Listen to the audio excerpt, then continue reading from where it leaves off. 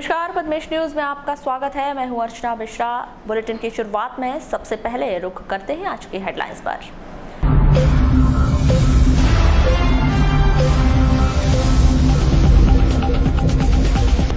Online दवा बिक्री के विरोध में all India organisation of chemist and druggist association ने 28 सितंबर को किया बंद का आह्वान। शुक्रवार को जिले की तमाम दवा दुकानें रहेंगी बंद। एसोसिएशन के बंद का विभिन्न संगठनों ने किया समर्थन। समाजवादी पार्टी और गोंडवाना गणतंत्र पार्टी में हुआ गठबंधन। बालाघाट विधानसभा से अनुभव मुंजारे तो परसवाड़ा से पूर्व सांसद कंकर मुंजारे लड़ेंगे चुनाव। अंजुमन इस्लामिया कमेटी चुनाव को लेकर आयोजित बैठक में दो पक्षों में हुआ विवाद। मौके पर पहुंचे प्रशासनिक अधिकारी, समझाइश देकर दोनों पक्षों को कराया शांत। भगवान सहस्त्रबाहु की प्रतिमा का मंत्री श्री बिसेन ने किया अनावरण।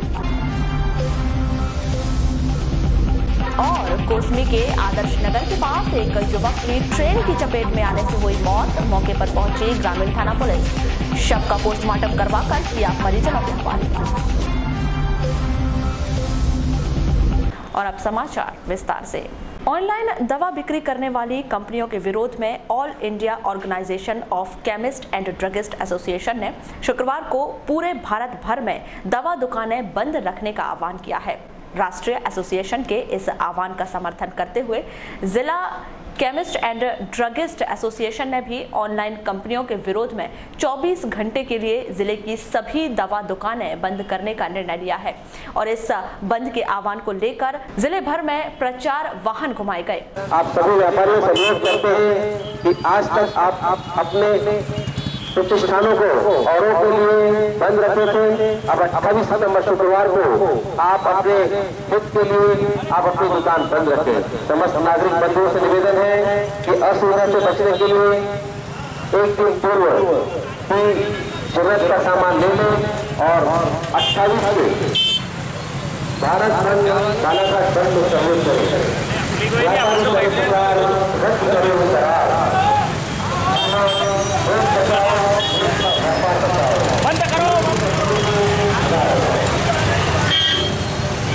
भारत बंद बालाघाट बंद में सहयोग करें। व्यापारी करे पुकार, रद्द करो देश बचाओ, देश का व्यापार बचाओ, विदेशी तकनीकों को भगाओ।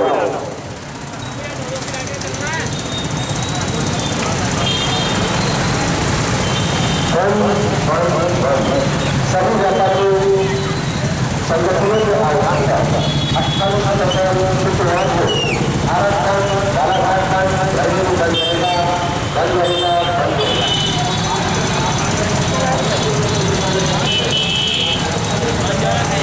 वहीं एसोसिएशन द्वारा बंद के दौरान कलेक्टर कार्यालय में एक ज्ञापन सौंपने की बात कही गई है।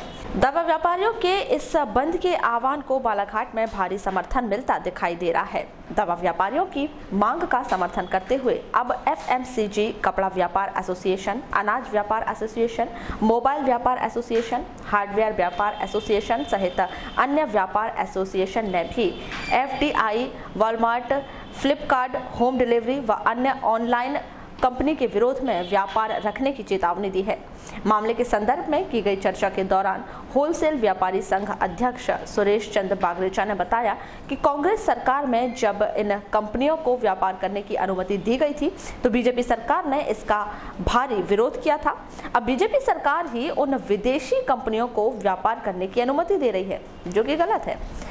रिटेल एफडीआई के अगेंस्ट में ऑनलाइन जो व्यापार, जो बड़ी बड़ी कंपनियां हिंदुस्तान में, सबसे दुख की बात है कि जब कांग्रेस की सरकार थी तब बीजेपी इसका विरोध कर रही थी। आज बीजेपी की सरकार इसका समर्थन कर रही है। वॉलमार्ट, ये जो बड़ी बड़ी जो अमेरिका की जो कंपनियां हैं, मेरे को एक बात मैं किसी भी सामान्य आदमी से पूछता हूँ, क्या हिंदुस्तान का जो व्यापार जगत का जो आदमी है, छोटे छोटे जो दुकानदार हैं, क्या हम लोग सही सर्विस नहीं कर रहे हैं? क्या जरूरत है इन क्षेत्र में? यदि आपको रिटेल में एफडीआई आप जो ला रहे हैं ये अनाज दाल तेल दवाई पे लाने की बजाय आप लाइए ना सड़क बनाने पे, आप लाइए बिजली उत्पादन पे, यानी आप लाइए आर्मी के सामान के उत्पादन में जिसमें लोगों को बड़ा बड़ा रोजगार मिले।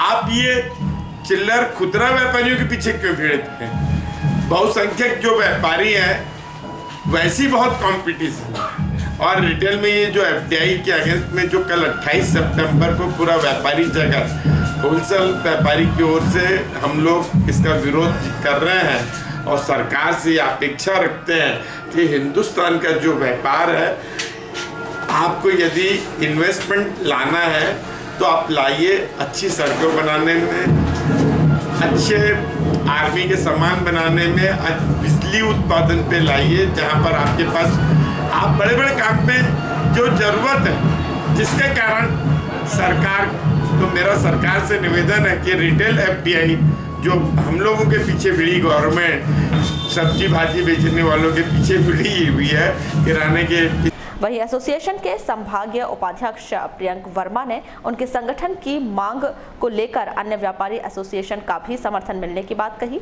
सर, कल आप लोग सभी अपने व्यवसाय पूरा बंद कर रहे हैं, क्यों बंद कर रहे हैं? ऐसी आवश्यकता क्यों पड़ी?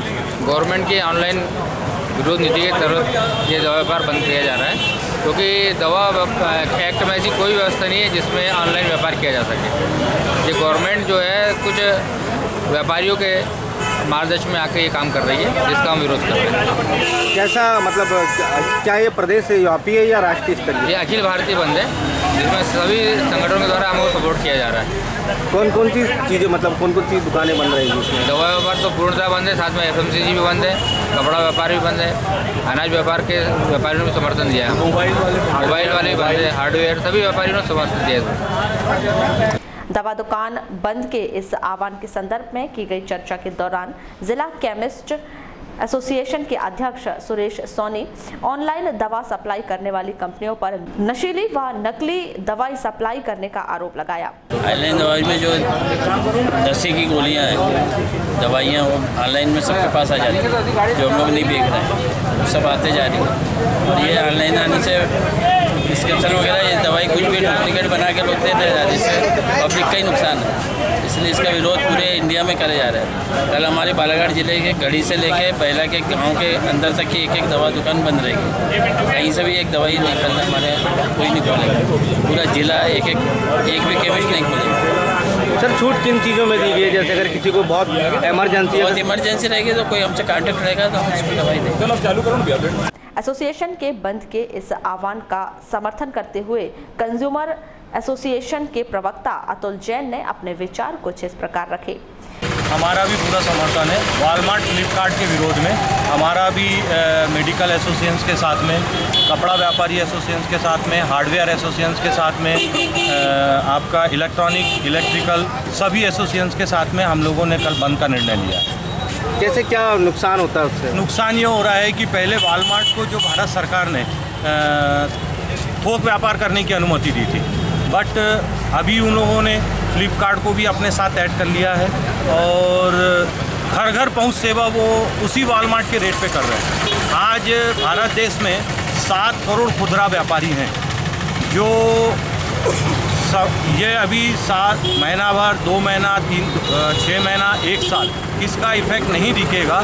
आने वाले साल भर के बाद में ये स्थिति होगी कि खुदरा व्यापारियों को अपना परिवार चलाने में बहुत तकलीफ हो जाएगी। वहीं Satpura chamber of commerce and industries के जिला अध्यक्ष राजेंद्र अग्रवाल ने बताया कि वे दवा एसोसिएशन की मांग का समर्थन करते हैं, लेकिन यदि कोई सदस्य दुकान खोलने या बंद रखने के लिए स्वतंत्र है। सर, कल जैसा देखा जा रहा है कि भारत का पूरा व्यापार बंद किया जा रहा है, तो क्या इसमें भी आप लोगों का समर्थन है? कल जो व्यापार बंद का आह्वान किया गया है वो कुछ एसोसिएशंस हैं जिन्होंने ये मांग रखी है, जो इलेक्ट्रॉनिक ई-कॉमर्स कंपनियों से मार्केटिंग करते हैं जिन आइटम्स की, उनके एसोसिएशन ने उसके विरोध में बंद का आह्वान किया है और उन्होंने हमारा समर्थन मांगा था। तो Satpura chamber of commerce and industries ने उनकी मांग का समर्थन करते हुए उनकी मांगों को उचित ठहराया है और हमारा उनकी मांग के प्रति हमारा पूरा समर्थन है। बाकी सर जैसे व्यापारी लोग कह रहे हैं कि बंद रखेंगे दुकान को। बंद का आह्वान हमने नहीं किया है, उनके एसोसिएशन ने किया है और उनके एसोसिएशन से जो जुड़े हुए लोग हैं उनकी दुकानें बंद रहेंगी। आप लोग की सभी व्यापारी मतलब जो भी आते हैं आपके ग्रुप सदस्य वगैरह सभी दुकानें चालू रहेगी आपको? हमारी तरफ से हमने बंद का आह्वान नहीं किया। हमारे जो सदस्य हैं यदि वो बंद रखना चाहें तो बंद रख सकते हैं। हमने बंद का आह्वान नहीं किया है। उनकी मांग का समर्थन जरूर किया है, बाकी हमने बंद का आह्वान नहीं किया है। आगामी विधानसभा चुनाव को अब करीब देखते हुए समाजवादी पार्टी और गोंडवाना गणतंत्र पार्टी ने गठबंधन कर लिया है। अब दोनों ही पार्टियां मध्य प्रदेश में होने वाले विधानसभा चुनाव को साथ मिलकर लड़ेंगी। इस बात का खुलासा गुरुवार को होटल मल्लिकार्जुन में आयोजित पत्रकार वार्ता को संबोधित करते हुए मुलायम यूथ संगठन के राष्ट्रीय अध्यक्ष गौरव दुबे ने 30 सितंबर को समाजवादी पार्टी के राष्ट्रीय अध्यक्ष अखिलेश यादव और गोंडवाना गणतंत्र पार्टी के राष्ट्रीय अध्यक्ष हीरा सिंह मरकाम के बालाघाट आगमन की जानकारी देते हुए जन आक्रोश रैली निकालकर उत्कृष्ट विद्यालय मैदान में आयोजित जनसभा को दोनों ही राष्ट्रीय अध्यक्षों द्वारा संबोधित किए जाने की बात कही। साथ ही उन्होंने केंद्र व राज्य सरकार पर शब्दों के कई बाण चलाए। उत्कर्ष विद्यालय मैदान में आ रहे हैं और उनके साथ गोंडवाना पार्टी के राष्ट्रीय अध्यक्ष हीरा सिंह जी मरकाम जी आ रहे हैं और हम लोग एक रैली आदरणीय पूर्व सांसद कंकर मुंजारे जी की और पूर्व नगर पालिका अध्यक्ष और विधायक प्रत्याशी अनुभव मुंजारे जी के उसमें संगठित में एक रैली करने जा रहे हैं, विशाल जन आक्रोश रैली जिसका नाम दिया है हम लोगों ने। आप ये समझिए ये रैलियां इसलिए हम लोग मध्य प्रदेश में कर रहे हैं कि केंद्र में बैठी सरकार जो सिर्फ पिछले 4.5 साल पे झूठ बोलने का काम कर रही है और इतना बड़ा झूठ बोलते हैं। अभी आपने सुना होगा प्रधानमंत्री जी का स्टेटमेंट था, या तो वो अज्ञानता हो सकती है या उनका बड़बोलापन हो सकता है। उन्होंने कहा कि अभी मुझे 650 करोड़ लोगों ने वोट दिया है। स्विट्जरलैंड में कहा था, शायद आपको याद होगा। आप सोच लीजिए पूरे विश्व की पॉपुलेशन 700 करोड़ है और वो कहते हैं कि 650 करोड़ लोगों ने उनको वोट दिया है। अभी बोल रहे थे कि नाले से गैस बना लो और गैस बना के पकौड़ा तल लो। कौन सी टेक्नोलॉजी लाए हैं? एक टेक्नोलॉजी तो अभी लाए हैं, शायद आपको पता होगा कि अब तो फ्रांस का प्रधानमंत्री भी कह रहा है कि हमारे प्रधानमंत्री जी ने घोटाला किया है। आदमी रोटी खाता है, आटा खाता है, चावल खाता है। ये ऐसी सरकार है, जहाज के जहाज खाए जा रही है। शायद आपको याद होगा पिछली बार जब इनकी सरकार थी तो उन्होंने ताबूत खा लिए थे। तो ऐसे ऐसे ये घोटाले कर रहे हैं। नोटबंदी इतना बड़ा स्कैम है। आप बताइए देश की अर्थव्यवस्था को क्या हो गया है? पहले प्रधानमंत्री जी कहते थे डॉलर गिर रहा तो देश की इज्जत उतर रही है। आज क्या उतर रहा है? आज तो डॉलर सबसे निचले क्रम पे चला गया। आज क्या उतर रहा है? अब प्रधानमंत्री जी जवाब नहीं दे रहे।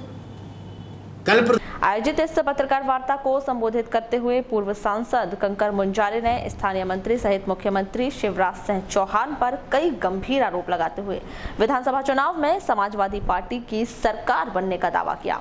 साथ ही उन्होंने प्रधानमंत्री नरेंद्र मोदी पर शब्दों के प्रहार करते हुए उन्हें चौकीदारी की नौकरी करने की बात कही।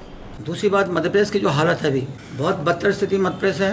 भाजपा के 15 साल में पूरा मध्य प्रदेश बेहाल हो गया है। चाहे कानून व्यवस्था को ले लें आप, चाहे शिक्षा को ले लें, स्वास्थ्य को ले लें, डॉक्टर नहीं है, मास्टर नहीं है, स्कूल नहीं है ठीक से, स्कूल की बिल्डिंगें गिर रही है, छात्र उसमें दबके उनकी मृत्यु हो गई है। बालाघाट में, कोथुरना गाँव में कुछ नहीं उनको मदद मिल पाई। यहाँ फटाका फैक्ट्री में 26 मजदूर मर गए सरकार की लापरवाही से, सरकारी आपदा से। प्राकृतिक आपदा बता रहे हैं वो, लेकिन सरकारी आपदा है वो, प्राकृतिक आपदा नहीं है। और 4 बार शिवराज सिंह मुख्यमंत्री यहाँ पर आ रहे हैं लेकिन कभी उनसे मिलने भी नहीं गए, न उनको बुलाया मिलने के लिए, न स्पॉट पर जाकर देखा।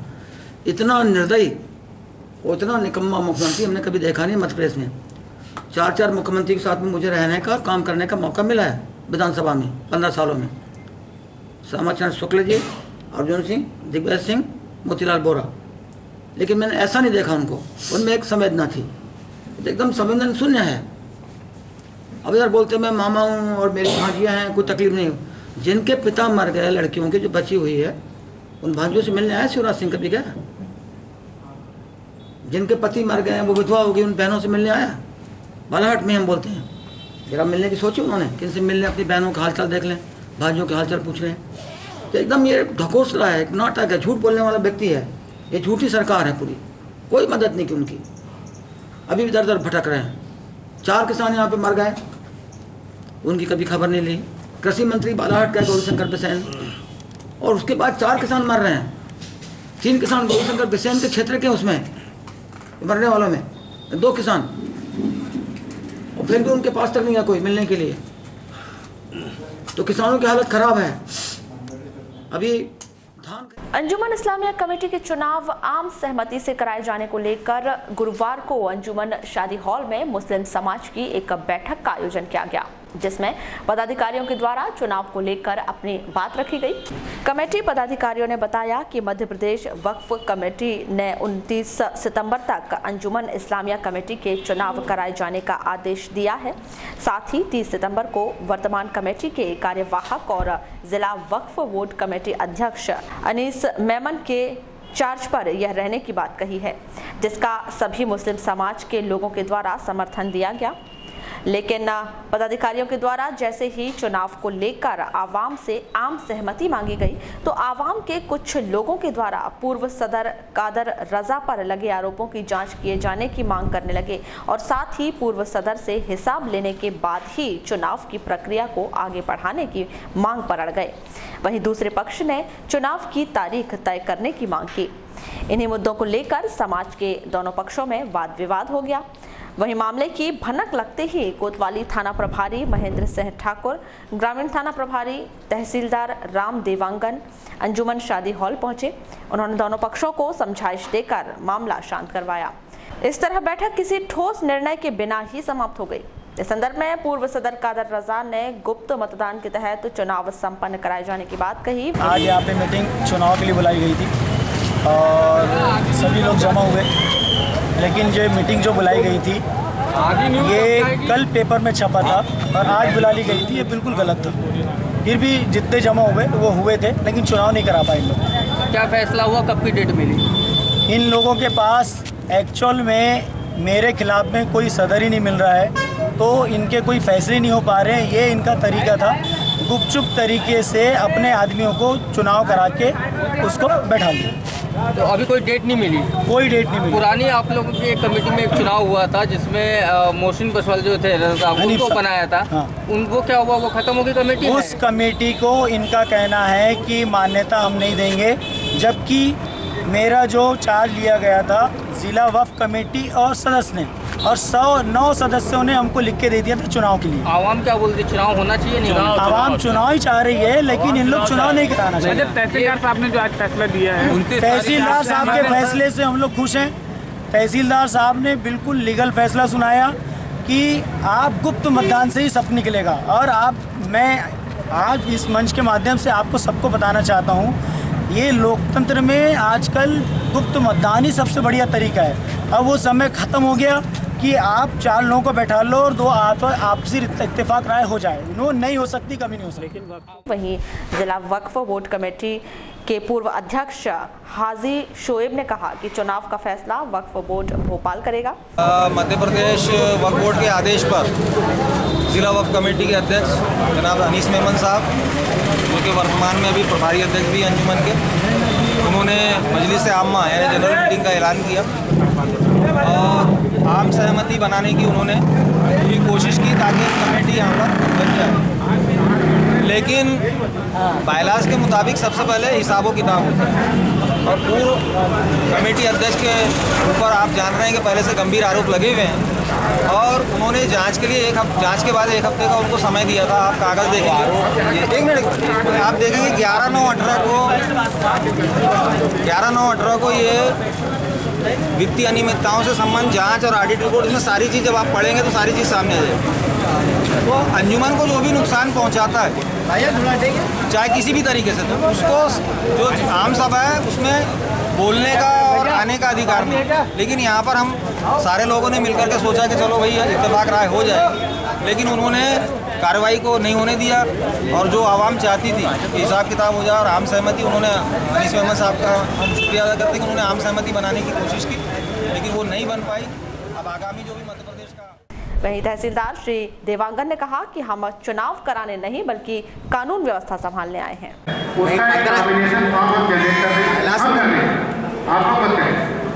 हम जनरेट कर लेंगे, वो अपने नॉमिनेशन फॉर्म भर दे, पुराने सदस्य की कमेटी कोई किसी को डिसाइड कर दे, ये आवेदन लेगा। नॉमिनेशन दे दे, उस व्यक्ति का नाम से बैलेट पेपर में चाहे 2 हो चाहे 3 हो, उसके बाद उस बैलेट पेपर पर एक गुप्त मतदान का यहीं पर हो जाएगा। आप लोग एक क्रम से आए, ये हमारा सुझाव है। जो कि आपके बायलाज बने हुए हैं, जो आपके बायलाज बने हुए हैं, उसमें कोई हस्तक्षेप हमारा नहीं, ये केवल प्रशासनिक सुझाव है। अगर आप लोग चाहें मीटिंग कर सकते हैं, बहुत बेहतर होगा।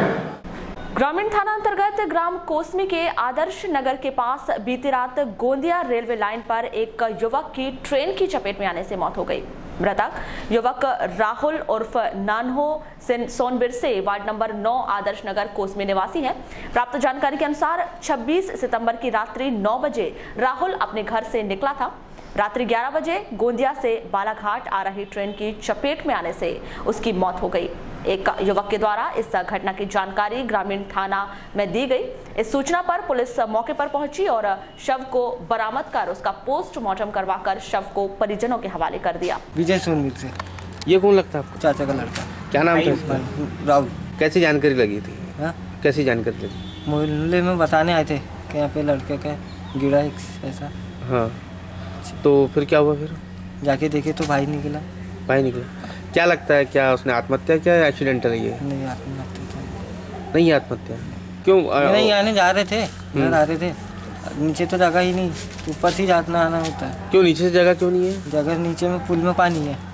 पुल में पानी है? हाँ। इसकी वजह से? हाँ। तो क्या सभी कोई आना जाना ऊपर से करते हैं? हाँ जी सर। कहाँ का मामला ये बंदर झीरिया। बंदर झीरिया। अच्छा, अंडर ब्रिज तो बना हुआ है ना? हाँ। अंडर ब्रिज, रेलवे ने अंडर ब्रिज बनाई है। पानी है नीचे, बहुत पानी है। हाँ। तो क्या लगता है आपको? पानी है सर, यहाँ से तो जा नहीं सकते, इसके लिए सब ऊपर से जाते हैं। ऊपर से जाते हैं।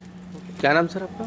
मैं गगन नागपुरे, ग्राम पंचायत कोसमी सरपंच। ट्रेन की चपेट में आने से मृत्यु हुई, कैसे क्या है सर ये? रात्रि लगभग राहुल सोनवीर से नामक युवक था, नौजवान लड़का था।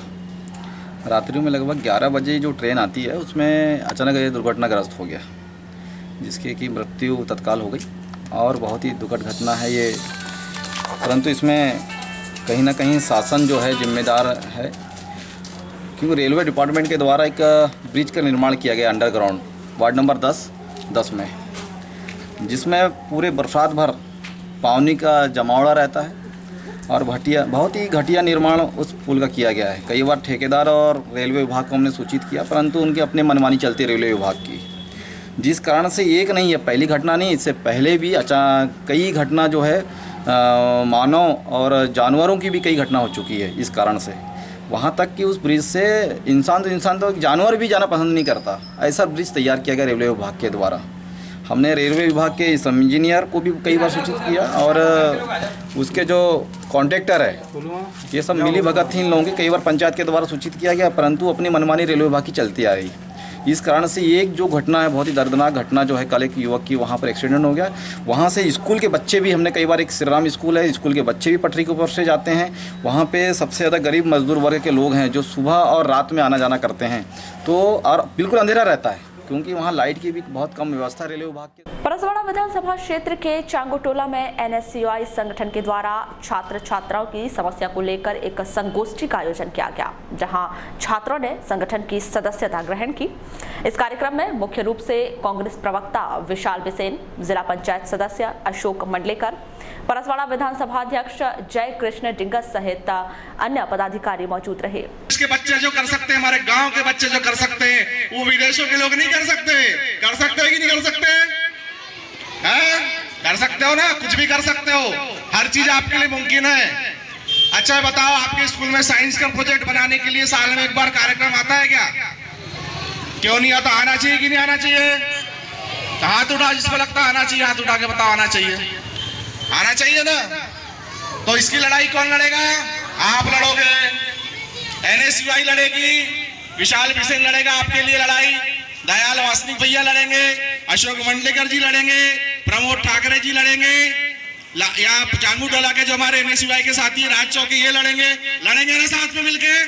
आपके खिलाफ, आपके लिए जो भी अधिकार आपको मिलने चाहिए, उस हर अधिकार की लड़ाई हम लड़ेंगे, आपसे वादा करते हैं। लड़ना चाहिए कि लड़ना चाहिए? बताओ, ताली बजा के बताओ। बेटा बच्चों में बहुत भारतीय राष्ट्रीय छात्र संगठन कांग्रेस का एक छात्र संगठन है जो छात्रों के हित में, विशाल भैया ने विस्तृत बता दिया।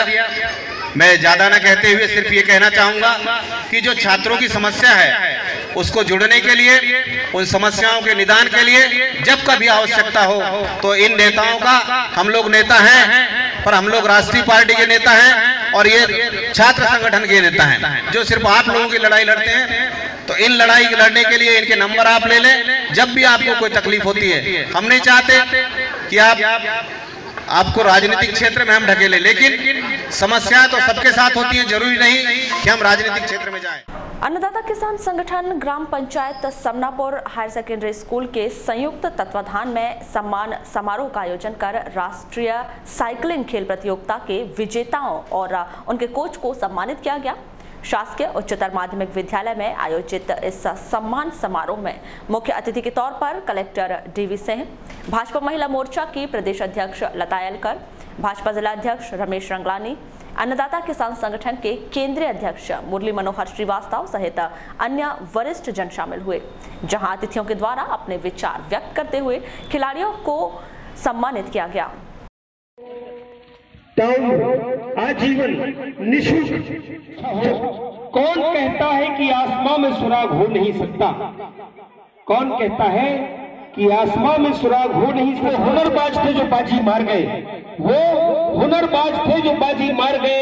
बढ़ते हैं लेकिन अपने मूल संस्कार से जुड़ करके और नैतिक तरीके से उसको हमें कभी नहीं छोड़ना है। अरमानों के पंख लगाकर होता है प्रवास, नए सफर का नए जोश से करना है आगाज। मंजिल मिल ही जाएगी है पूरा हमें यकीन, बोल रहा है हमसे इनके उड़ने का अंदाज।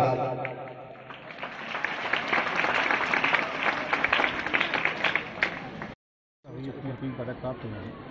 आपने वादा भी किया है कि खेल सुविधाओं का कमी नहीं आने देगी। क्या मुन्ना फंड या दूसरे किसी फंड से इनको साइकिल की व्यवस्था होगी ताकि ये लोग राष्ट्रीय स्तर पर अपना पदक? बिल्कुल, अभी जो 3 बच्चियां हमारी जो स्टेट लेवल पे गोल्ड और रजत और कांस्य जीत के आई हैं, अब इनको नेशनल खेलने के लिए आगे बढ़ना है। तो उसके लिए एक अलग तरह की जो बाइक साइकिल की बात हो रही है, जो कोच बता रहे थे नागपुर या किसी और जगह मिलेगी, तो वो 1.5 लाख रुपए की व्यवस्था जो हमारा मुल्ला समिति का फंड है उससे बहुत जल्दी हम कराएंगे। और मुझे उम्मीद है कि अगले हफ्ते 10 दिन में उन बच्चियों को साइकिल मिल जाएगी ताकि अच्छे से वो प्रैक्टिस करके और नेशनल गेम में भाग ले सकें। इन बच्चों के अलावा और भी प्रतिभाएं जो साइकिल में चढ़ सकती हैं, उनके लिए एक साइकिल ट्रैक की भी आवश्यकता होगी। क्या साइकिल ट्रैक का निर्माण किया जाएगा मुन्ना स्टेडियम में? अब ये संख्या के ऊपर निर्भर करेगा। अगर हमें स्कूल ये रिपोर्ट करेंगे कि कितने बच्चे इस तरह गेम में आगे आ रहे हैं और कौन से सेंट्रल लोकेशन होगी जहाँ पे हमें इसको करना चाहिए, तो हमारी जो अगली DMF की मीटिंग होगी हम उसमें इस तरह की 2-3 लोकेशन जिले में ले सकते हैं। कोई ये बहुत बड़ा इशू नहीं है। प्रतियोगिता होती है राष्ट्रीय स्तर पर, किस तरह की सुविधाएं और चाहिए? और बालाघाट में साइकिल के और अच्छे खिलाड़ी आए, उनके लिए क्या सुविधाओं की आवश्यकता है? साइकिलिंग है ये सब थोड़ा सा महंगा गेम है। ज़्यादातर शासकीय स्कूल इस प्रकार की व्यवस्था कर नहीं पाते। अगर प्रशासन इस ओर ध्यान दे, सभी साइकिल स्कूलों जैसे हमारा बालाघाट जिला है वहाँ पर अगर ध्यान दे, व्यवस्था करें तो जरूर निश्चित रूप से बहुत सारी प्रतिभाएं शासकीय स्कूलों में भी हैं, वो सभी जाएंगे, नेशनल जाएंगे, इंटरनेशनल जाएंगे। अब राष्ट्रीय स्तर पर चूँकि प्रतियोगिता की तैयारी चालू हो गई, किस तरह की तैयारी करवाएंगे कोचों से? अभी लोगों की ट्रेनिंग करवाएंगे, अभी चालू है बच्चों को, वैसे प्रैक्टिस चालू है, लेकिन मैनुअल ट्रेनिंग अभी जब साइकिल मिल जाएगी तब फिर रोज मैनुअल ट्रेनिंग करवाएंगे बच्चों को। मैं दिलीप उपवंशी, अन्नदाता किसान संगठन जिला बालाघाट।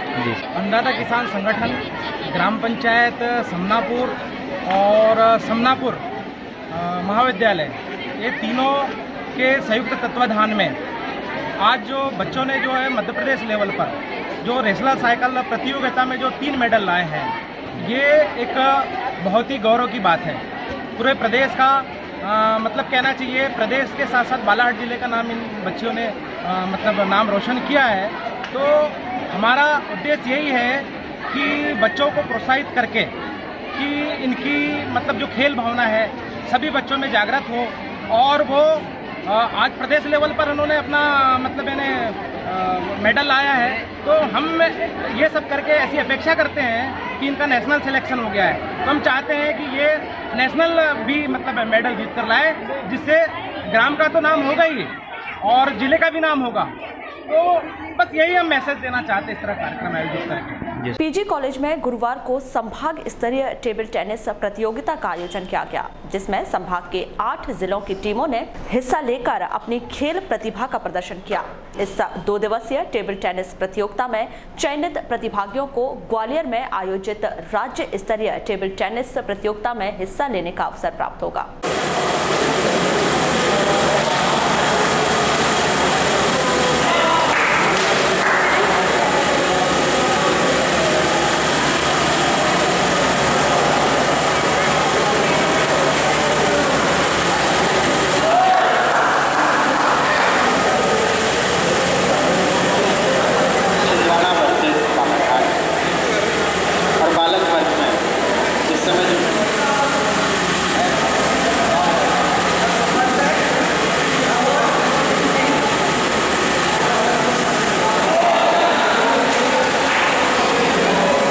बड़े सौभाग्य की बात है कि आज शासकीय जटाशंकर त्रिवेदी स्नातकोत्तर महाविद्यालय बालाघाट के संरक्षक में और शासकीय कमल नेहरू महाविद्यालय बालाघाट के तत्वाधान में संभाग स्तरीय टेबल टेनिस महिला और पुरुष दोनों वर्गों का यहाँ मैच संपन्न हुआ है। यह मैच संभाग स्तर का है। इस प्रतियोगिता में जबलपुर संभाग की 8 जिलों ने भाग लिया है। बालाघाट जिला, जबलपुर जिला, सिवनी जिला, मंडला जिला, लखीमपुर जिला, छिंदवाड़ा, सिवनी और झंडूरी, इन जिलों ने भाग लिया है। और इस प्रतियोगिता का उद्देश्य मध्य प्रदेश शासन का जो खेलकूद अंडर हमें प्राप्त होता है उसके अनुरूप हम इस तरह का टूर्नामेंट आयोजन करते हैं। और इस प्रतियोगिता का उद्देश्य जबलपुर संभाग की एक अच्छी टीम बनाकर जो कि राज्य स्तरीय प्रतियोगिता में भाग लेगी, आज चयनकर्ता के रूप में हमारे बीच में इस महाविद्यालय के संचालक सचिव मैं स्वयं, हमारे महाविद्यालय के प्राचार्य और 10 कार्य के स्पोर्ट्स का संचालक पाठक और एक दिनेश श्रीवास्तव यहाँ उपस्थित थे। उन्होंने उनके मार्गदर्शन पर जयपुर संभाग की टीम का चयन किया होगा, जो कि ग्वालियर में 6 और 7 अक्टूबर को खेलने जाएगी। और वही टीम RDVB जयपुर विश्वविद्यालय के नाम से वेस्ट जोन इंटर यूनिवर्सिटी खेलने जाएगी। आज इस प्रतियोगिता में जो चयन होगा और निश्चित तौर पर एक उनके खेल दक्षता के अनुरूप एक दमखम कर जो टेक्निक होती है कि table tennis is game by dance, क्योंकि जो लड़का या लड़की टेबल टेनिस में आगे पीछे। नगर के भटेरा चौकी में एक युवक की संदिग्ध स्थिति में मौत हो गई। मृतक युवक आदित्य मेश्राम ग्राम पाड़िया छपारा सिवनी का निवासी है। प्राप्त जानकारी के मुताबिक आदित्य रेलवे विभाग की परीक्षा की तैयारी करने भटेरा चौकी में किराए से रहकर कोचिंग करता था। 23 दिसंबर को ही आदित्य बालाघाट आया हुआ था। 26 सितंबर को अपने साथी चंद्रशेखर सूर्यवंशी के नेमलौन स्थित कमरे में वह सो गया था, जो काफी कोशिशों के बाद भी नहीं उठा, जिस पर उसके दोस्तों ने आदित्य को जिला अस्पताल में ले जाया, जहां उसे डॉक्टरों ने मृत घोषित कर दिया। वहीं पुलिस ने शव का पोस्टमार्टम करवाकर शव को परिजनों के हवाले कर दिया। जिला क्षत्रिय कलार समाज और नगरपालिका के संयुक्त तत्वाधान में गुरुवार को नगर के मोती तालाब चौक में भगवान सहस्त्रबाहु की प्रतिमा का अनावरण कार्यक्रम का आयोजन किया गया। इस कार्यक्रम में प्रमुख अतिथि के तौर पर कैबिनेट मंत्री गौरीशंकर बिसेन मौजूद रहे। वहीं कार्यक्रम की अध्यक्षता नगरपालिका अध्यक्ष अनिल धुवारी के द्वारा की गई। इस अवसर पर सिवनी विधायक मुनमुन राय, वारा सिवनी के पूर्व विधायक प्रदीप जायसवाल, कलार समाज के जिला अध्यक्ष संतोष जायसवाल सहित जिला क्षत्रिय कलार समाज के अनेक पदाधिकारी और सामाजिक बंधु उपस्थित रहे। भगवान सहस्त्रबाहु की प्रतिमा का अनावरण का मंत्री श्री बिसेन के द्वारा किया गया। सभी लोग यहाँ पे आए हुए हैं। हमारे मुनमुन राय जी, इस कार्यक्रम में हमारा लोकार्पण कार्यक्रम प्रारंभ हो चुका है। हमारे किशोर राय जी, आपसे भी निवेदन है कि आप माल्यार्पण करें। चंद्रपाल चौक से जी, हमारे संतोष जायसवाल जी नगर अध्यक्ष, सभी आप सरिता सोनेकर जी नगर अध्यक्ष महिला कला समाज, हमारे मुन्नू राय जी। महाराज की प्रतिमा का अनावरण करते हुए बहुत ही गौरव का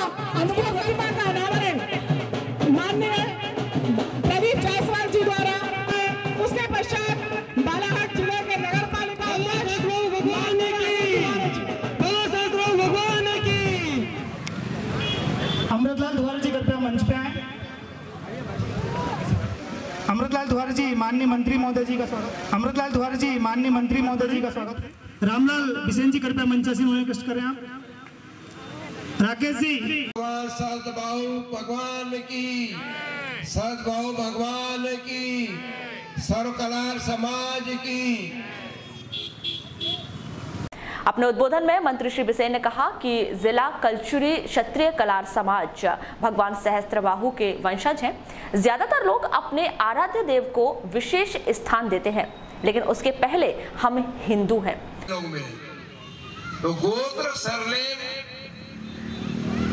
ये सब हमारे कामों के आधार पे थोड़ा बहुत अंतर है। हम सब लोग हिंदू हैं और इसलिए हिंदू धर्म मजबूत रहे। हम किसी आराध्य को विशेष स्थान देते हैं, इसमें कहीं कोई संशय नहीं, देना भी चाहिए। इसमें भी कोई संशय नहीं कि जो हमारे पास में जानकारी है वेदों, शास्त्रों और अन्य माध्यमों से, उसमें हमारा कलचुरी कलार समाज भगवान सद्भाव की संतान है, इसमें कहीं कोई दो मत नहीं। लेकिन इससे भी आगे हम जब विचार करें तो जितने भी हमारे इष्टदेव हैं वे ब्रह्मा, विष्णु, महेश से ही प्रारंभ होते हैं और कहीं पर भी सृष्टि का जब निर्माण हुआ है तो इन तीन देवताओं के माध्यम से यहाँ तक हम बढ़े। इसलिए मैं एक बात कहना चाहता हूं, हम सबका दायित्व है। नगर पालिका अध्यक्ष अनिल तिवारी ने कहा कि हमें गौरव महसूस हो रहा है कि पहली बार मोती तालाब चौक में भगवान सहस्त्रबाहु की प्रतिमा की स्थापना की जा रही है, जिसमें मंत्री श्री बिसेन का योगदान सराहनीय है। चलने वाले आज इस चौक का हम एक भव्य स्वरूप और वो एक सौंदर्यीकरण करने जा रहे हैं। हम इसमें एक भव्य फव्वारा भी लगाने वाले हैं बीच में, जिसमें कि चौक सुंदरता दिखे, चौक का सुंदर हो, क्योंकि भगवान सहस्त्रबाहु के नाम का चौक है तो अच्छा सुंदर चौक बने। एक दिन में एक इच्छा है कि गेट भी बन गया, मंदिर भी बन गया और प्रतिमा भी लग गई, लेकिन हमारे दूर दराज से आते ग्रामीण बच्चे, गरीब बच्चे, इनके लिए रहने के लिए हम छात्रावास बनाने की, तो यहाँ पर आज समाज के बहुत प्रतिष्ठित व्यक्ति हैं, सभी लोग बैठे हुए, तो इस इच्छा को भी हम चाहते हैं कि जल्द से जल्द पूरा हो। आप सभी लोगों के सहयोग से समाज के अध्यक्ष जी से निवेदन करता हूं कि दूर से गरीब छात्र छात्राएं, बच्चियां पढ़ने आती हैं, एक ऐसा छात्रावास बनाए जिसमें कि वो आकर के अपनी शिक्षा ग्रहण करें, हमारे क्षेत्र का समाज का उतार हो। हमारे समाज के नहीं, किसी भी समाज की गरीब बच्ची है अगर उसमें आके रुके और पढ़ाई करे तो इसमें ऐसा लगेगा कि हमने समाज के लिए कुछ किया और सामाजिक। तो ऐसे आने वाले कार्यक्रमों में आप लोग इस प्रकार की रूपरेखा बनाएं, इसमें जो भी सहयोग होगा हम सब करेंगे, समाज के लोग इसमें सहयोग करेंगे। सहस्त्रबाहु चौक समिति के अध्यक्ष चंद्रकांत पिपलेवार ने अपने विचार कुछ इस प्रकार व्यक्त किए। वहीं कार्यक्रम के बाद भंडारे का भी आयोजन किया गया। आज जिला सर्ववर्गीय कलार समाज के द्वारा मोतीनगर चौक पे भगवान सहस्त्रबाहु की प्रतिमा का अनावरण का कार्यक्रम है और आज इस कार्यक्रम में हमारे मुख्य अतिथि सम्मानित श्री गौरी शंकर जी बिसेन और अध्यक्षता हमारे नगर पालिका के युवा और जवान अध्यक्ष श्री अनिल तिवारी जी कर रहे हैं। आज हमारे इस कार्यक्रम में भारी हमारे जो स्वजाति बंधु हैं उपस्थित हैं और सभी नागरिक जो है हमारे शहर के वो भी सब उपस्थित हैं। आज हमारे यहाँ पर अतिथिगण तो अभी तमिलनाडु से आए, भोपाल से हैं, इंदौर से हैं, नागपुर से हैं, तुमसर से हैं, मनसर से हैं, लगभग देश के सभी, इंदौर से हैं, भोपाल से हैं, लगभग सभी हमारे देश के कोने कोने से हमारे सम्मानीय अतिथि जो पदाधिकारीगण हैं वो सब उपस्थित हुए। स्थान के लिए हमारे समाज द्वारा आगे छात्रावास का निर्माण का कार्य किया जाना है, भवन का निर्माण होना है, सामुदायिक भवन का निर्माण कार्य होना है। अभी हमारे सहस्त्रबाहु गेट का अभी लोकार्पण होना है, अभी सहस्त्रबाहु मंदिर हमारा बनके तैयार है, उसका हमारा लोकार्पण होना है, उसका प्राण प्रतिष्ठा का कार्यक्रम होना है। भरवेली के दुर्गा चौक मैदान में सुपर हीरो के तत्वाधान में आयोजित BFCL फुटबॉल टूर्नामेंट के तहत गुरुवार को 2 सेमीफाइनल मैच खेले गए। पहला मुकाबला पटेल लॉयन और महाराजा क्लब के बीच खेला गया, जिसमें पटेल लॉयन टीम विजय रही। वहीं दूसरा सेमीफाइनल भगवा टाइगर और दिल्ली किंग के बीच खेला गया, जिसमें दिल्ली किंग ने 2-1 से भगवा टाइगर टीम को शिकस्त दी। 28 सितंबर को फाइनल मैच के साथ टूर्नामेंट का समापन किया जाएगा। पूर्व जिला पंचायत सदस्य एवं शिवसेना जिला अध्यक्ष डॉली दमाही ने पंच से लेकर प्रधानमंत्री तक के जनप्रतिनिधियों के द्वारा चुनावी प्रचार पर रोक लगाए जाने की मांग की है। साथ ही अपनी इस मांग को लेकर कलेक्टर कार्यालय में एक ज्ञापन सौंपा है। राष्ट्रीय चुनाव आयुक्त के नाम सौंपे गए इस ज्ञापन में उन्होंने विभिन्न पदों पर आसीन जनप्रतिनिधियों को जनता का सेवक बताते हुए उनके द्वारा पार्टी के प्रचार पर रोक लगाने की मांग की है। मामले के संदर्भ में की गई चर्चा के दौरान शिवसेना जिला अध्यक्ष डॉली दमाही ने बताया कि पदों पर आसीन कोई भी जनप्रतिनिधि यदि पार्टी के चुनाव का प्रचार प्रसार करना चाहता है तो उसे वर्तमान पद से त्याग पत्र देना चाहिए। त्याग पत्र देने के बाद वो प्रतिनिधि किसी भी पार्टी का प्रचार प्रसार कर सकता है। उन्होंने आगे बताया कि यदि मांग पूरी नहीं की जाती तो वे इसी मांग को लेकर कोर्ट जाएंगे। सर, आज एक शिकायत लेकर के आप कलेक्टर कार्यालय पर, क्या मामला है? मामला ये है, आज हम लोग जो कलेक्टर को माध्यम से राष्ट्रीय चुनाव आयुक्त को ज्ञापन सौंपे हैं और ज्ञापन में हमारी मांग नहीं, देश के 125 करोड़ लोग की जनता की मांग है कि जैसे कि चुनाव लड़ने के पहले कोई भी प्रत्याशी एक आम आदमी रहता है और चुनाव जीतने के बाद में वो जनता का सेवक हो जाता है, चाहे पंच से लेकर प्रधानमंत्री तक। उसके बीच में सब लोग आते हैं, विधायक आते हैं, सांसद आते हैं, जिला पंचायत के आते हैं, जनपद सभी के सभी लोग आते हैं।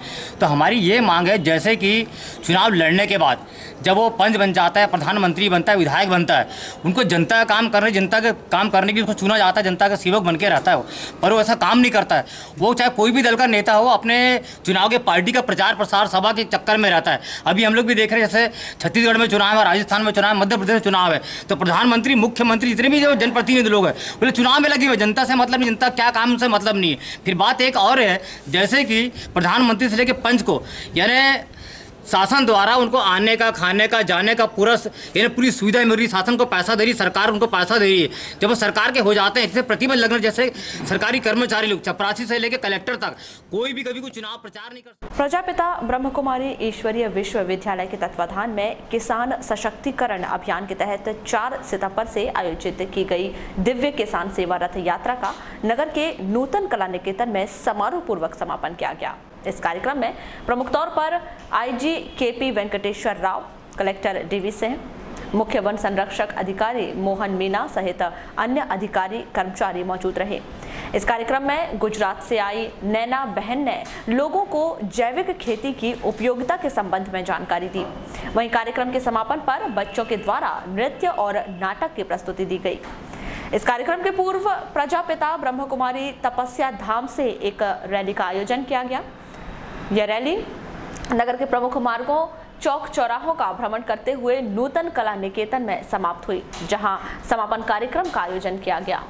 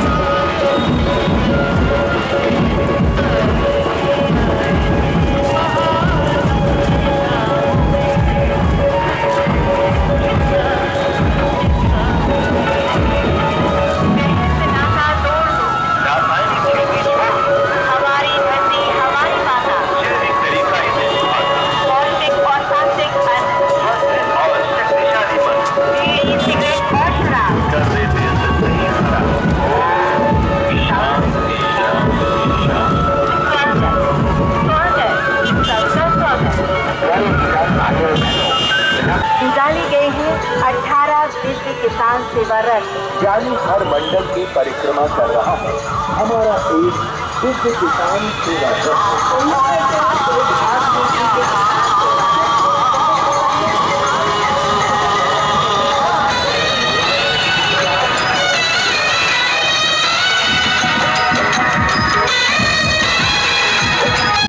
अभियान गांव-गांव में जाकर के हमारे किसान भाई बहनों को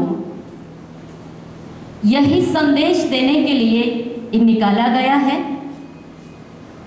कि कैसे हम जैविक प्लस यौगिक खेती करें और अपनी तंदुरुस्ती को अपने हाथ में कैसे बना के रखें, अपने परिवार को भी निरोगी कैसे बनाए रखें और वो ही लक्ष्य के साथ कैसे जैविक खेती करें, वो विधि बताने के लिए अभियान जो है वो गांव-गांव में निकाला गया है। क्योंकि हम सभी बहुत ही अच्छी तरह से जानते हैं कि हमारे सारे विश्व को, सभी वर्ग के लोगों को सबसे पहली आवश्यकताओं को पूर्ण करने वाले हमारे किसान भाई बहनें हैं। इसलिए हमारे किसान भाई बहनों को अन्नदाता कहा जाता है,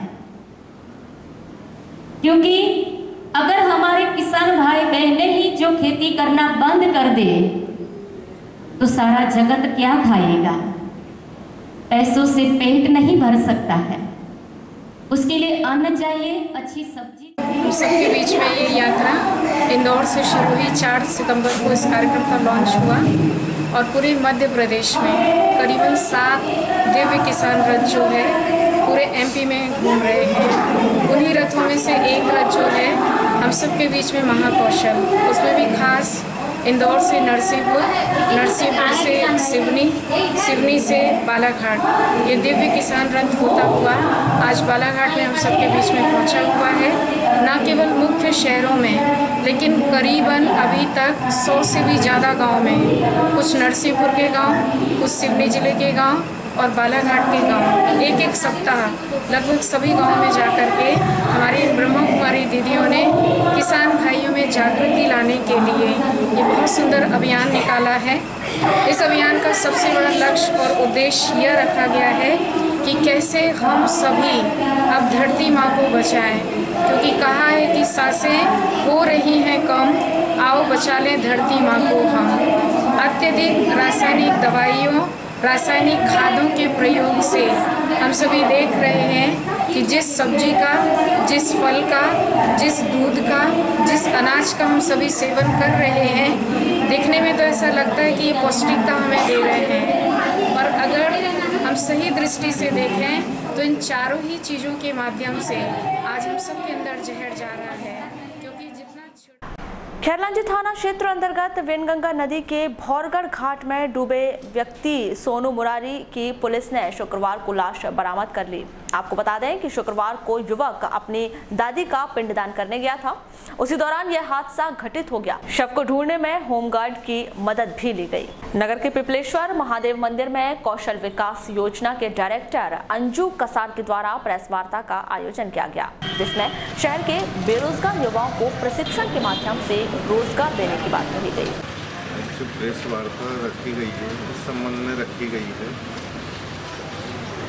व्यापारियों के लिए, गरीब आम जनताओं के लिए, पढ़े लिखे बेरोजगार युवा लोग जो हैं भटक रहे हैं, तो उन लोगों के लिए किस माध्यम से उनको ट्रेनिंग देकर के नौकरियाँ के लिए, और माता बहनों के लिए विशेष करके जो सुविधा है महिलाओं के लिए, उनको उनकी जानकारी के लिए, स्वास्थ्य के लिए क्या चीज़ खाना चाहिए, कैसी कैसी, ये सारी चीज़ों की प्रेरणा उन वार्ड घूम करके एक वार्ड में बैठ करके उनकी सूचना दी जाएगी कि किस किस प्रकार की, किस कमजोरी के कारण कैसे कैसे काम आते हैं। और स्वच्छता अभियान के ऊपर में विशेष रूप से हम लोग काम कर रहे हैं। सुंदर है हमारा जिला, सुंदर है नगर 33 वार्डों की बैठक ली जाएगी। जो विशेष करके महिलाओं के लिए जो कई प्रकार की बीमारियां उत्पत्ति हो रही है, इन सभी चीज़ों की जानकारी देने के लिए बच्चियां लोग सब जानकारी देते रहेंगे इनको, और ख़ास करके युवा लोग जो हैं गुमराह होकर के घूम रहे हैं पढ़े लिखे होने के बाद भी उनको सही मार्ग नहीं मिल रहा है। वो स्ट्रीम मार्ग के माध्यम से ट्रेनिंग सेंटर कराई जाएगी, 3 महीने की रहेगी। उसके माध्यम से इन लोगों को एक एक चीज़ें समझाई जाएगी, तो उसके माध्यम से इन लोगों को एक एक करके रोज़गार भी मिलेगा बेटियों को, बेटों को।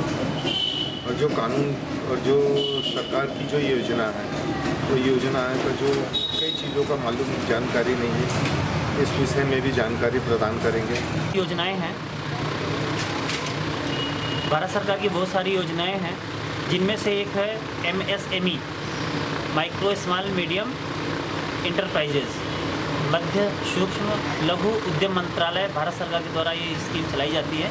इसके अंतर्गत जो बेरोजगार या नया रोजगार चलाना चाहते हैं, जिनके पास पहले से वो रोजगार है और उसको बढ़ाना चाहते हैं, MSME में निःशुल्क रजिस्ट्रेशन कराना होता है। इसकी कोई फीस नहीं होती है और कोई रिप्रेजेंटेटिव भी नहीं भारत सरकार का, कोई भी इसके लिए सहयोग कर सकता है।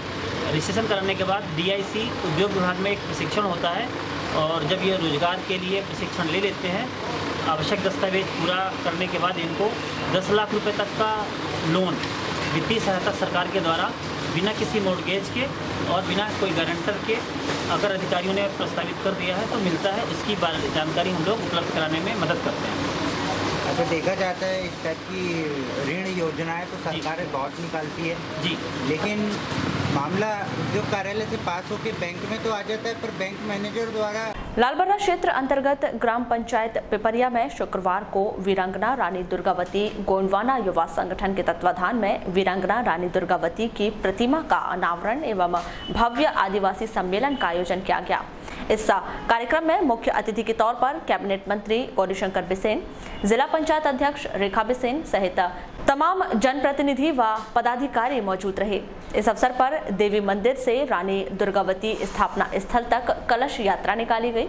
इसके बाद रानी दुर्गावती की प्रतिमा का अनावरण मंत्री श्री बिसेन व अन्य अतिथियों के हस्ते किया गया।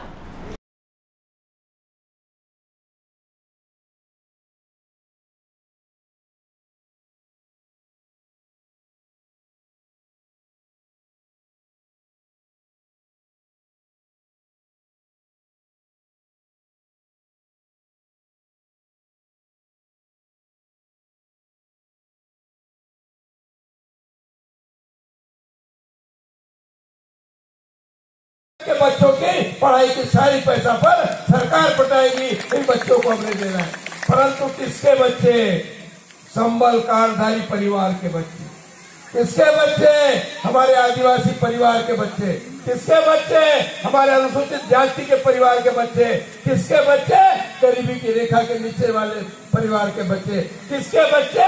जिनकी 5 एकड़ तक जमीन है और संबल कार्ड बन गया, उनके बच्चे। पहली बार ऐतिहासिक फैसला हमने कल किया, क्योंकि मुख्यमंत्री जी ने कह दिया था बच्चों को फीस लगेगी। लोग कहते थे फीस लग रही है, मैंने कहा नियम को बल के नीचे आने में टाइम लगता है। आदिवासी विकास विभाग और शिक्षा विभाग में जो भी हमारे बच्चे पढ़ते हैं, जिनको पात्रता के अनुसार छात्रवृत्ति मिलती है, स्टाइपेंड, वह तो मिलेगी ही, लेकिन उनको किसी तरह का शुल्क नहीं लगेगा। और ये भी तय कर लिया है, जिनका शुल्क ले लिया गया है उन बच्चों का शुल्क भी वापस किया जाएगा और उनके खाते में वो पैसा ट्रांसफर। तो विकास ही हमारा मुख्य माध्यम है और जनता का कल्याण भी सरकार का दायित्व है।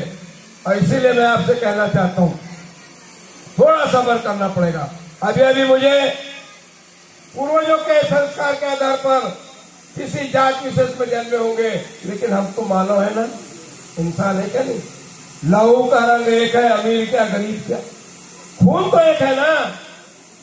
और इसलिए हमको बहुत अच्छे वातावरण में अपने जीवन को बड़े सम्मान के साथ में जीना चाहिए और दूसरे का भी सम्मान करना हमारी जवाबदारी। आज आदिवासी समाज क्या है? सब लोग बड़ के वृक्ष के नीचे फिर से एक शपथ लें और अपने घर में, अपने रिश्तेदारों में एक जागृति फैलाने का प्रयास करें कि हम शराब छोड़ दें। और जो नहीं छोड़ सकता उसको समाज से हटा दें। ऐसी जब तक भूमिका आप नहीं बनाओगे तब तक हमारा समाज नहीं सुधर सकता। लालबर्रा के क्षेत्र अंतर्गत ग्राम पंचायत बहिया टिकोर के ग्राम चीताल टोला के पास सर्राटी जलाशय की मुख्य नहर में छेद हो जाने से नहर का हजारों गैलन पानी खेतों में बह गया, जिसकी जानकारी स्थानीय किसानों को लगने पर तत्काल यह जानकारी जल उपभोक्ता संस्था के सदस्यों को दी गई। साथ ही पूर्व जनपद अध्यक्ष डुलेंद्र ठाकरे भी मौके पर पहुंचे, जहां संस्था के अध्यक्ष सदस्यों और किसानों के सहयोग से नहर में हुए छेद को रेत की बोरी डालकर बंद किया गया। इस संदर्भ में संस्था अध्यक्षों, सदस्यों और किसानों ने क्या कहा, आइए जानते हैं।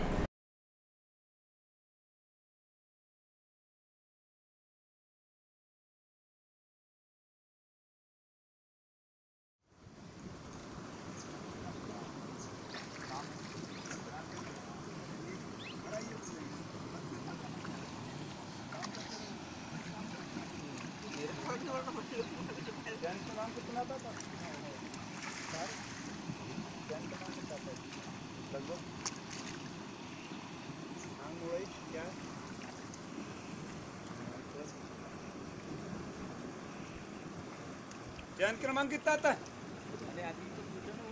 चयन क्रमांक चयन क्रमांक उसको भेज, वो इधर का भाग नहीं लगा।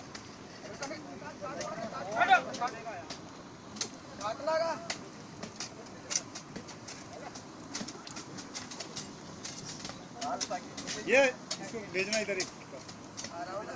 गुलाब पटले, जल स्वच्छता सदस्य, जल उपभोक्ता समिति सदस्य हैं। कौन समिति आती है यहाँ? कोसमी। ये क्या समस्या आ गई थी यहाँ पे किसानों? यहाँ लगातार आए 1-2 दिन में नहर क्षतिग्रस्त होते जा रही है। हम लोगों को काफ़ी परेशानी का सामना करना पड़ रहा है। और उससे पहले में हमारे यहाँ 22 तारीख के और 23 तारीख के बीच में किसानों के द्वारा चक्का जाम की चेतावनी दी गई थी प्रशासन के और तरफ पर। हमारी जिला पंचायत सदस्य श्रीमती रेखा बिसेन के द्वारा मनरेगा के माध्यम से इस काम को कराने की उन्हें अथॉरिटी दी गई, बशर्त अभी तक हमें पंचायत के द्वारा किसी प्रकार से सुविधा नहीं दी गई है, ना लेबर दिया गया। अभी क्या स्थिति बनी, क्या हुई है घटना? यह घटना आज सुबह की है। कितने बजे की? सुबह 6 बजे की। जी, क्या हुआ? ये नहर तड़क गई एकदम बुड़के से। और ये तो आज का ही नहीं भैया, ये तो लगातार हर 1-2 दिन में फूटती रहती है। हम लोग बहुत परेशान हैं। इसको सर्राटी जलाशय है, बाएं मार्ग कहा जाता है उसे, या खमरिया कोसमी तक पानी जाता है उसका। पर अभी हमारे यहाँ खमरिया कोसमी पांडेवाड़ा जी पानी नहीं पहुँच पाया है, बहुत भारी समस्या है। आप कहाँ रहते हैं? मैं खमरिया रहता हूँ। तो ये कौन सा चयन क्रमांक पड़ता है? ये 148 नांग मुड़ई के नाम से माना जाता है यहाँ पे। अभी कितने बजे से फिर भिड़े हुए यहाँ पे किसान लोग? यहाँ सुबह 6 बजे से बगैर खाए पिए यहाँ पर मजदूर आया हुआ है। किसान लोग हैं पांडेवाड़ा से, गारापुरी से, खमरिया से, कोसमी से। किसान लोग भी मेहनत कर रहे हैं और मजदूर लोग भी लगाए हुए हैं। नुकसान तो हुआ है कि आज हमारे यहाँ पानी नहीं पहुँच पा रहा है।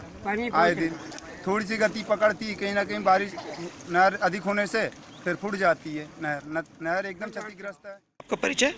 मैं दुर्गाजी पटले, ग्राम पांडेवाड़ा से संस्था के कोसमी संस्था से उपाध्यक्ष हूँ मैं जी। शाखे से क्या लग रहा है आपको, क्या करना चाह रहे हैं? बहुत 15 तारीख से हमारा नहर जो छूटा हुआ है, हमारे पानी पहुँच रहा है, जहाँ वहाँ भुड़के लग रहे हैं, खाने गिर रहे हैं। और तो हम सेवा में दौड़ते रहते हैं।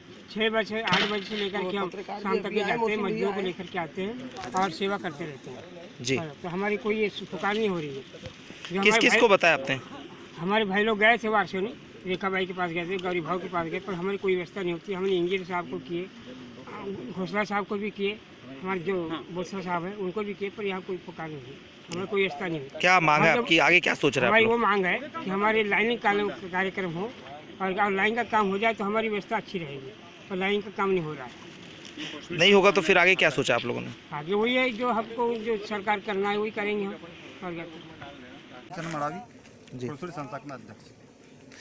अभी क्या किया आज सुबह से आप लोगों ने? फिर हम सुबह से वही काम किए, कुछ किसानों को लाए, कुछ मजदूरों से हमने यहाँ पर जो खांड गिरी इसका कार्यक्रम किए हैं।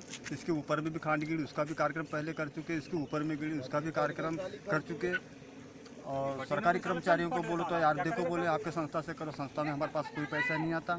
तो अभी जो काम आज किया गया है फिर इसका कुछ भुगतान होगा? हाँ, कुछ भुगतान किसान लोगों ने किया और बाकी जो हमारे जो कर्मचारी ने काम किया उसका भुगतान संस्था से करेंगे। अच्छा, मतलब जो किसान ने यहाँ पे काम किया है उसका पैसा जन भागीदारी दी उन लोगों ने। जन भागीदारी से हुआ, मतलब विभाग से किसी प्रकार कोई मदद नहीं मिल रही? संस्था से कुछ लोग संस्था से काम किए 8-10 लोगों ने, उनको संस्था से पेमेंट करना पड़ेगा। जी, अभी आगे क्या और सोचा है आप लोगों ने?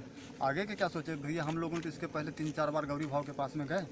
इसके पूर्व में पिछले बार इसी समय में टेकाड़ी में जो लोकार्पण था स्कूल बाउंड्री वाल का टेकाड़ी तालाब का, वहाँ पर गौरी भाव ने घोषणा की है कि बोले आपके मानने के लिए 32 करोड़ रुपया पास हुआ है, बोले आपका लाइनिंग का काम चालू हो जाएगा। हम लोग जब आए, हम लोगों को कुछ महीना 2 महीने के बाद में पूछने लगे, पब्लिक ने पूछने लगे, किसानों ने पूछने लगे कि भैया मड़ावी जी लाइनिंग का काम कब चालू होगा? तो हमने कहा भैया अभी तो भोपाल एस्टीमेट गया ही नहीं। फिर पता चला कि बोले वो एस्टीमेट 22.5 करोड़ में आके रुका। फिर पता चला कि स्थिति ये आई कि 10.5 करोड़ का हो रहा है, क्या कहते अभी वो भी हो नहीं पा रहा है। तो परेशानी ये हो रही है हमारे साथ में कि जब तक नहरों का लाइनीकरण काम नहीं होगा, जब तक के शुरू से अंत तक पानी नहीं जाएगा, नहीं तो यही परेशानी रहेगी। अभी तो स्थिति ये है कि अभी वर्तमान में जो बुझे हैं हम लोगों ने खांड को, अभी स्थिति ये लग रही है कि कल को बाजू से भी मत खुल सके, वो मट्टी बता रही है। कल तक अगर व्यवस्था नहीं बनाई जाएगी तो चक्का जाम किया जाएगा किसानों के द्वारा। वारासिवनी क्षेत्र अंतर्गत ढूठी नहर के पास से शुक्रवार को पुलिस ने एक अज्ञात व्यक्ति का शव बरामद किया। जानकारी के मुताबिक गुरुवार को स्थानीय लोगों के द्वारा नहर में बहता हुआ शव देखकर उसकी जानकारी उन्होंने डायल 100 को दी, जिस पर पुलिस के द्वारा मौके पर पहुंचकर शव को बरामद किया गया। वहीं मृतक की शिनाख्त पतासाजी करने पर जितेंद्र दुबे के तौर पर की गई है, जो कि वसूली के लिए मेरे गांव गया था। मामले की जांच पुलिस के द्वारा की जा रही है।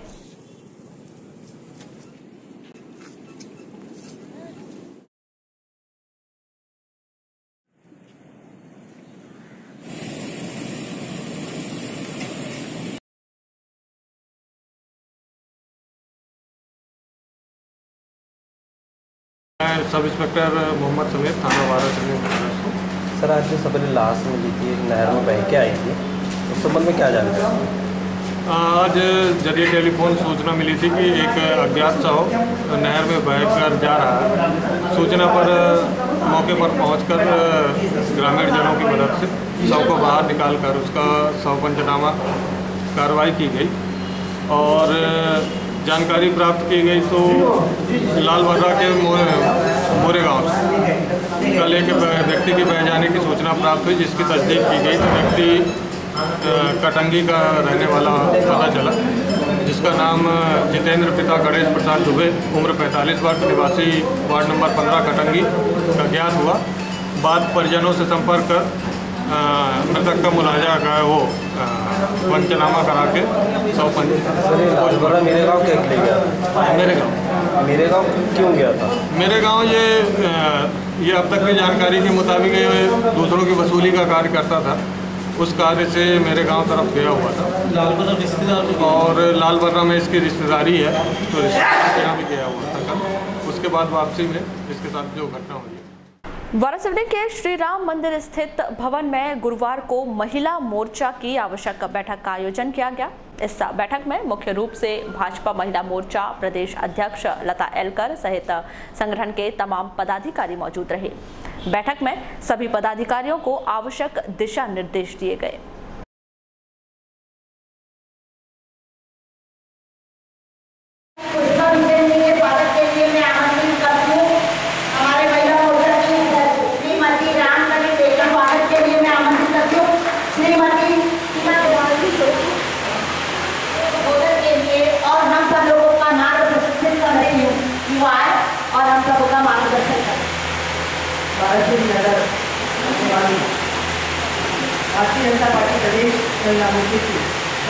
दरअसल क्या है कि अभी प्रदेश से यह निश्चित हुआ था कि सभी इस पूरे महीने में हर महीने में हम कोई न कोई कार्यक्रम लेते हैं, तो इसके अंतर्गत सितंबर महीना जो था वो सभी जगह पर मंडलों की बैठक होना था। तो हमारे जो 840 मंडल हैं टोटल प्रदेश भर में, तो वहाँ सब जगह बैठ के हो रही हैं। क्योंकि बीच बीच में और बहुत सारे कार्यक्रम आ गए हमारी, इस बीच में कमल शक्ति के 2-3 प्रोग्राम हो गए, 2 प्रोग्राम हो गए, फिर अभी 25 का महाकुंभ हो गया, इसलिए थोड़ा सा लेट हो गया है।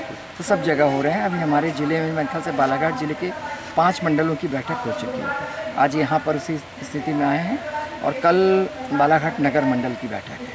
तो फिर जो बैठक में पहुँचे महिलाओं क्या से कार्य करने? देखिए ऐसा है कि अब ये चुनाव का माहौल है और चुनाव के लिए महिला मोर्चा भारतीय जनता पार्टी के साथ पूरी तरह से कटिबद्ध है और हम चौथी बार शिवराज जी की सरकार बनाने के लिए भी प्रतिबद्ध हैं और इसलिए इसमें जिम्मेदारी महिलाओं की बहुत ज़्यादा बढ़ रही है। महिलाएं इस बार की सरकार बनाने में अपनी बहुत बड़ी भूमिका निभाने वाली हैं, इसलिए सारी महिलाओं को हम यह निर्देश देना चाहते हैं और उनका सहयोग लेना चाहते हैं अपनी सारी कार्यकर्ता बहनों से कि वो घर घर में जाए, क्योंकि मध्य प्रदेश की शिवराज जी की सरकार जो है इसने सारे गरीबों के लिए सारे क्षेत्रों में हर क्षेत्र में काम किया हुआ है और ये कोशिश की गई है कि हर घर तक कम से कम कोई न कोई योजना का लाभ जरूर पहुंचे। तो हम ऐसी हितग्राही बहनों से मिलना है, इन बहनों को मिलना है उनसे, उनके साथ बातचीत करनी है और उनको सरकार फिर से बनाने के लिए प्रेरित। हितग्राही लाभान्वित हुए हैं उसको घर घर तक पहुंचाना है और हमको पूरे वाराणसी विधानसभा क्षेत्र में सभी लोगों को जानकारी देना है। किस तरह से महिलाओं की भागीदारी रहती है चुनाव में? महिलाओं को जो दायित्व जिस स्थान दिया जाता है महिलाओं को, वो स्थान जाती है, घर घर जाती है और वहाँ पर जो हमारे वोटर हैं उनको अपनी योजनाएं बताकर ही अपनी यही भागीदारी रहती है कि अपनी योजनाएं बताती हैं वो। तो इस बार जो वाराणसी खिलाड़ी को विधानसभा चुनाव होना है वो बहुत घमासान चुनाव होना है, तो महिलाओं को किस तरह से करेंगे कि मतदाताओं को? मतदाताओं के अब हमारे मुख्यमंत्री जी ने इतना ज़्यादा काम किए हैं कि हमारे मतदाताओं को बहुत समझाना नहीं पड़ेगा, क्योंकि वो सब खुद ही भारतीय जनता पार्टी चौथी बार बनेगी ये तो निश्चित है और उनको समझाने की ज़रूरत नहीं है हमको। बस हम लोग वहाँ जाकर अपने ध्वज झंडा और हम अपने जो हमारे कमल का निशान है वो दिखाना है उनको और वोट प्राप्त करना है। भाजपा नेता संजय मसानी के नेतृत्व में खैरलांजी के शासकीय उत्कृष्ट विद्यालय में गुरु पूजन एवं युवा प्रतिभा कार्यक्रम का आयोजन किया गया, जहां स्कूल के शिक्षक शिक्षिकाओं का सम्मान किया गया। चालू है, तीनों छात्राएं शीघ्र यहाँ पहुँच जाएं।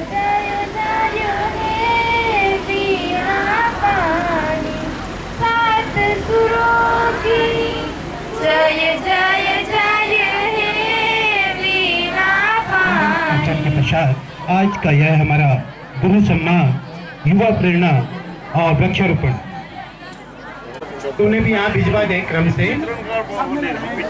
जो बोल रहे हैं ये निसंदेह भारतीय संस्कृति की मिसाल है। विनम्रता कुछ समय पहले 5 तारीख को 5 सितंबर तो जैसे ही मजिस्ट्रेट ने देखा कि एक शिक्षक कोर्ट में आए हुए हैं तो उन्होंने पूरे कोर्ट के जितने कर्मचारी हैं उनको आदेश दिया स्टाफ की जानकारी इसमें उपलब्ध कराना। हाँ वो बराबर सर के पास है सुची उमेश बनोटे मैडम, श्रीमती शिवहरी मैडम, और आप राजस्थान से आके खैरलांजी में सेवा दे रहे हैं। ये धमदाय सर, जैसा नाम वैसा कार्य, ये डोंगरी सर। माननीय ऐसे समस्त मेरे वरिष्ठ जन, समस्त मेरे और भांजियों, आपकी आत्मा में बैठे परम परमात्मा को, आपका ये बेटा, आपका ये लाल, आपका ये भाई, आपका ये आज सचमुच में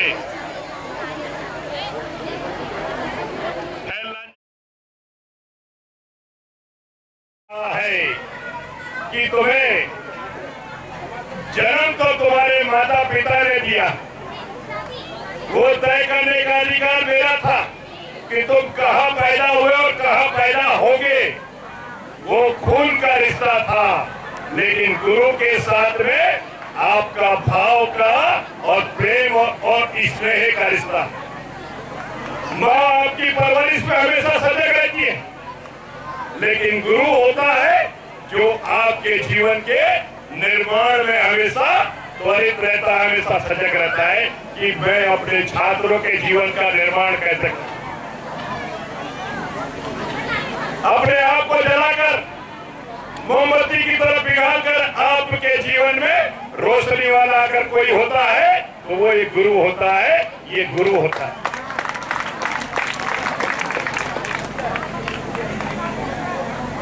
जीवन में आपके सपनों को साकार करने के जो परिश्रम, जो मेहनत आपकी कामयाबी पे पहुंचाने के लिए, उसके पीछे अगर कोई होता है तो वो गुरु ही होता है, वो गुरु माता ही होती है। उनका सम्मान और जीवन में शिक्षा से बड़ा कोई सशक्त हथियार नहीं है। इस शिक्षा के बलबूते पर हम दुनिया को बदल सकते हैं, समाज को बदल सकते हैं। समाज की उन्नति, समाज की प्रगति, समाज के कल्याण के लिए काम कर सकते हैं, मानव कल्याण के लिए काम कर सकते हैं, जन कल्याण के लिए काम कर सकते हैं। चलते चलते एक नजर आज के हेडलाइंस पर एक बार फिर।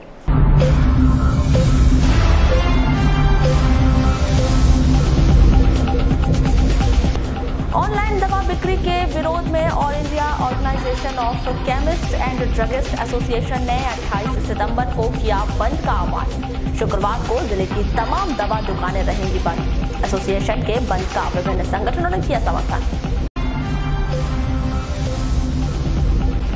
समाजवादी पार्टी और गोंडवाना गणतंत्र पार्टी में हुआ गठबंधन। बालाघाट विधानसभा से अनुभव मुंजारे तो परसवाड़ा से पूर्व सांसद कंकर मुंजारे लड़ेंगे चुनाव।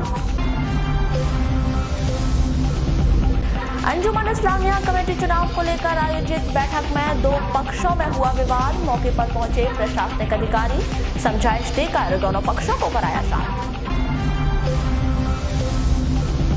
भगवान सहस्त्रबाहु की प्रतिमा का मंत्री श्री बिसेन ने किया अनावरण। और कोसमी के आदर्श नगर के पास एक युवक की ट्रेन की चपेट में आने से हुई मौत। मौके पर पहुंची ग्रामीण थाना पुलिस। शव का पोस्टमार्टम करवाकर किया परिजनों के हवाले। तो ये थी अब तक की खास खबरें। अगले न्यूज बुलेटिन के साथ फिर मुलाकात होगी, तब तक के लिए नमस्कार।